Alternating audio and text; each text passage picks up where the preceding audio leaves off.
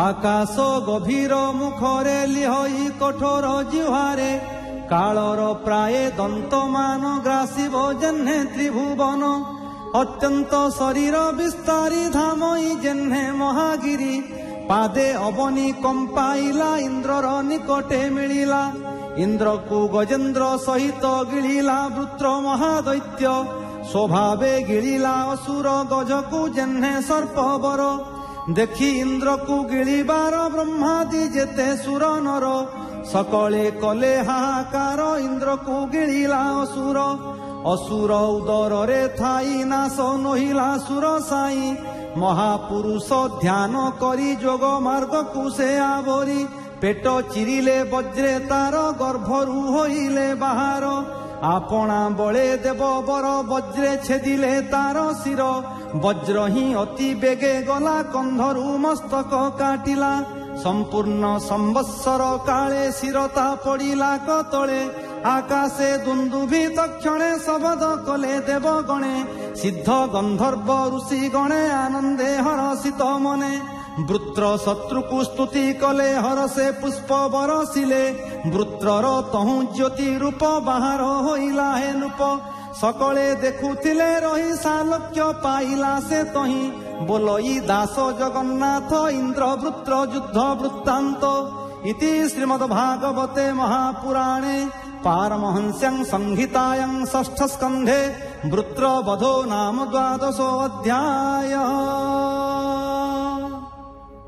शुक उवाच वृत्र होइला जहु हत शुणी हरस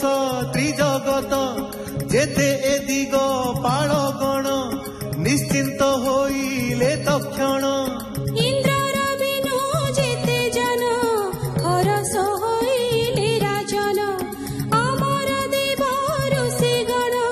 पितृदैवत जेते पुण ब्रह्मा शंकर वज्रधर गले से जे जाहा मंदिर राजा उवाच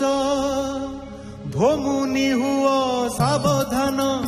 एहा शुणिबा तुम मन किंपा हरस देव गणे इंद्र विषाद की कारणे किंपाई तांको दुख मन कहिबो मते तपोधन कहिबा एथिर कारण नवई तुम्हार चरण शुक उवाच वृत्र विक्रम देखी देवे महत ऋषि आदि सर्वे कहिले इंद्रंकु से जाई भय उद्वेग मन होई भो देव देव ईश्वर वृत्र असुर कुसंहार वृत्र जे ब्राह्मण कुमार इंद्र न कले स्वीकार इंद्र उवाच जेबे मारिली विश्वरूप घेनिली ब्रह्म हत्या पाप भूजल स्त्री द्रुम माने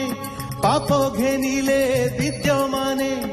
एबे वृत्र को विनाशिबी केमन्ते पापु निस्तरिबी शुक उवाच इंद्र वचने ऋषि गण शुणी से कहन्ति वचन ऋषि गण उवाच अश्वमेध यज्ञ करी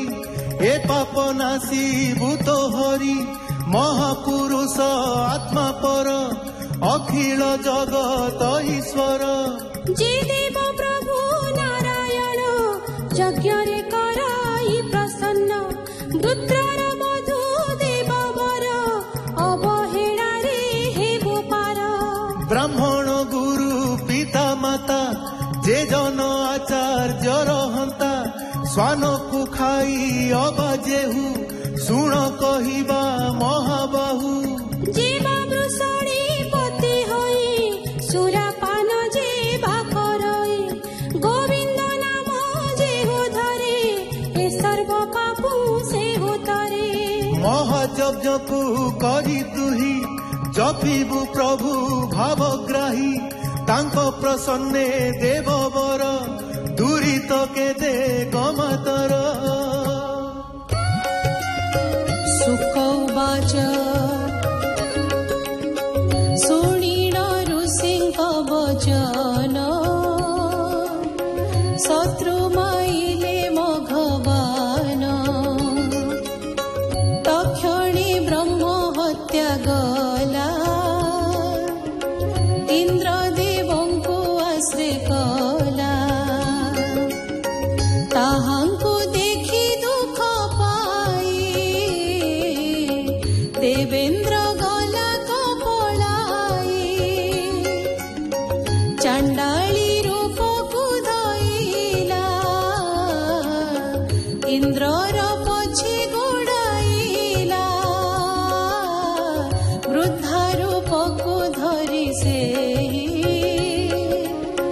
जख्मा रोगरे ग्रस्त होई शोणित प्राय वस्त्र तार विवर्ण केश मस्तकर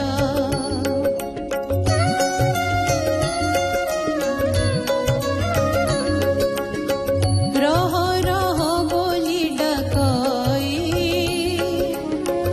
आमिष गंध तार देही आकाशे सकल दिगरे इंद्र पड़ांती खरतरे उत्तर दिगकु से गले मान सरोवरे लुचिले पुष्कर नाले देव बर चंचल